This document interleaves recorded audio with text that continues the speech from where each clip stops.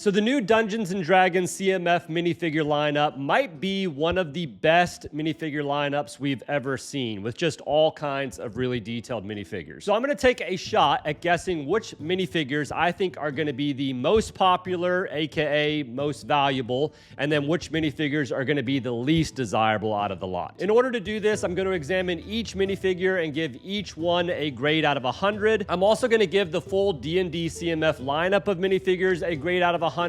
That way, if you're looking at potentially buying some of these minifigures, you'll kind of know my thoughts. And just as a quick disclaimer, I'm not a hardcore D&D fan. I did do quite a bit of research on the figures themselves, not only for myself, just so I knew kind of what I was buying and I knew what the characters were, but also so that I can relay some of that information over to you. So I hope this is helpful. Before we get into the minifigures, I wanted to point out that they added really nice printing to each one of these minifigure plates in the form of some cobblestone.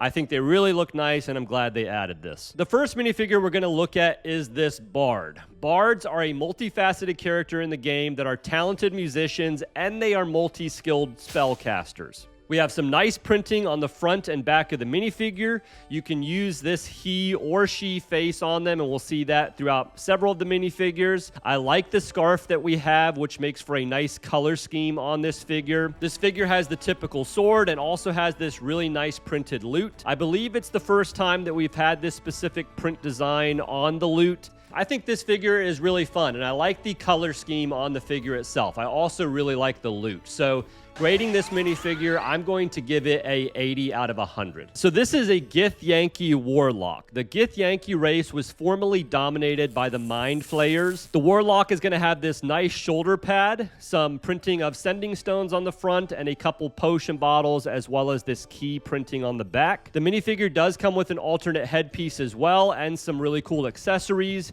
You get multiple daggers, as well as this staff with the eyeball at the end of it, and I don't believe that we've had this specific eyeball from LEGO in the past. I like the accessories more than I actually like the minifigure on this one. It's a little bit more on the plain side. So I'm going to give this one a grade of 63 out of 100. Here we have a Dwarf Barbarian. The Barbarian is known for its extreme strength and combat skills, while the Dwarf species have broad shoulders, but, well, are on the shorter side. This figure has no printing on the legs, but does get printing on the arms as well as the torso. You have this nice printed flask on the back. There is fur printing on the arms, and that is complemented really nicely by this nice fur piece on the shoulders of the minifigure. The accessories for this one are this torch, as well as some battle-hardened steel with this massive axe. I believe the axe head on this is also new. The Dwarf Barbarian is a really solid minifigure. It's not my favorite. I don't think it's going to top any popularity charts in my opinion, but I'm going to grade this one at 69 out of 100. Next, we have the Mind Flayer. Mind Flayers are arrogant humanoid masterminds with a tentacled mouth and the ability to control minds. This is one of the simpler minifigures. You have the nice printed dress piece along with the simple printing on the arms and the legs. The highlight is the large molded headpiece with all the tentacles and dark eyes. Don't stare into those eyes too long. No handheld accessories for this one, but you do get the separate brain dog or intellect devourer. This thing is absolutely crazy looking, but here it is consuming whatever intelligence there is to be had from this stormtrooper. This is a very cool, unique minifigure, and I have to say that pet is cool. So I'm going to grade this one higher, and I'm going to put this one at 83 out of 100. Now we have Strahd von Zarovich, ruler of Barovia, and a menacing shapeshifter into a bat or cloud of mist. This character has an obsession with power. The minifigure has some nice printing on the legs, arms, and torso. I really like the color and the look of the front torso on this one. You do get this navy blue cloak, which looks good. For accessories, he comes with a glass, a sword, and then the best part for me has got to be this dusk rat. This rat mold is the same thing we've seen in the past from LEGO, but this dark black color with these red beady eyes are a first, and I must say look awesome. I love this minifigure and the inclusion of the rat, so I'm going to give this one a high grade. This one's up there for me. I'm going to put this one at 91 out of 100. Tasha the Witch Queen is next. Tasha is known as one of the most potent magic users in the realm. This minifigure has some really great printing on the arms, legs, and torso. You have the hair and hat in one molded piece. For accessories, she has this cauldron here, which comes with 2 purple flames. The flames do not attach to anything, and it honestly got quite annoying for me with this pot continually tipping over and having to put the flames back in each time. She also gets a printed spell book with the spell for hideous laughter inside, which is cool. This is a great looking minifigure. The printing on the torso and the legs look really good, but again, it's not necessarily my favorite minifigure. So I'm going to put the grade on this one a little bit more conservatively at 73 out of 100. Now we have this incredible minifigure, Lady of Pain. The Lady of Pain is the ruler of Sigil. She stands at 15 foot tall, hovers above the ground, and never speaks. The minifigure comes with a dress piece that has printing which extends up to the torso.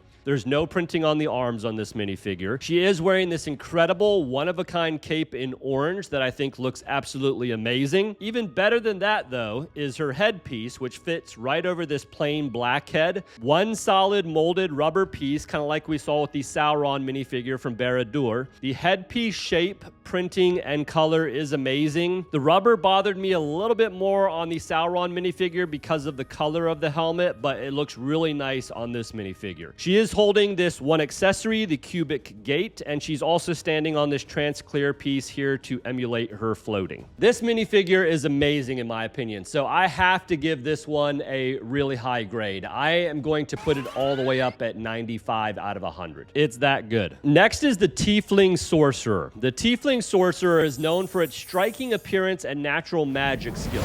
Now, I can't say as much on this minifigure in the way of striking appearance. There is printing on the legs, arms, and torso, which looks fine. You get 2 different headpieces with this minifigure, as well as an orange tail and this molded hair piece. I think it's the orange-purple color scheme that is throwing it off for me. I can't say that I love it. The figure does get this really cool red dragon accessory and this magic missile, both of which I believe are new and exclusive. For me, this is one of the poorer minifigures in the lineup. It's not all bad, but it's definitely pretty low on my list. So I'm going to give this one a grade of 58 out of 100. This next one is the Golden Dragonborn Paladin. Believed to have hatched directly from dragon eggs, these figures are adorned with golden scales and incredible armor. The minifigure has some really nice knight printing on the legs, arms, and torso. You have this large breastplate which has these nice shoulder extensions. I believe this is the first time that we've had this design. There is this single molded headpiece that you will add horns to, and then the figure is carrying this nice printed shield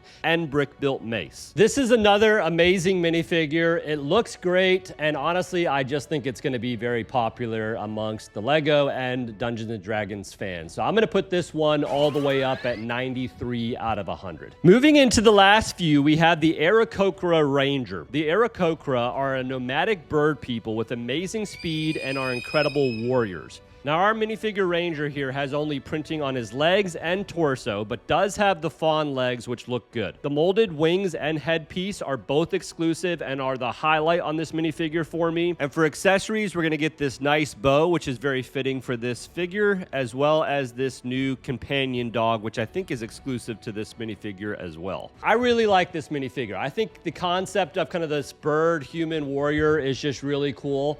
Is it my favorite minifigure? No, but I would say it's very solid. So I'm going to put this one at a grade of 79 out of 100. Second to last is the Halflingdro. Halflings are on the shorter side at about 3 foot, and Druids are characters which see themselves as an extension of the nature around them. This minifigure has the shorter legs for the Halfling side with nice outdoor printing on the legs and torso. This minifigure does come with multiple heads, and you get this nice cape which is dual-sided with brown and green. I really liked the horned hood headpiece. Say that 5 times fast. The accessories are this bird that kind of adds to the nature theme. They added some really cool printing on the bird's head, which I think is amazing. And then lastly is this staff of flowers, which is also nice. This minifigure looks awesome. I'm a big fan of the look and just the overall color scheme of this minifigure. It's just a really feel-good minifigure. So this one I'm going to put higher. I'm going to grade this one at 85 out of 100. Lastly, we have Zast Tam. Zast Tam is a master manipulator. you later. And honestly, just looks like he has died 1,000 deaths.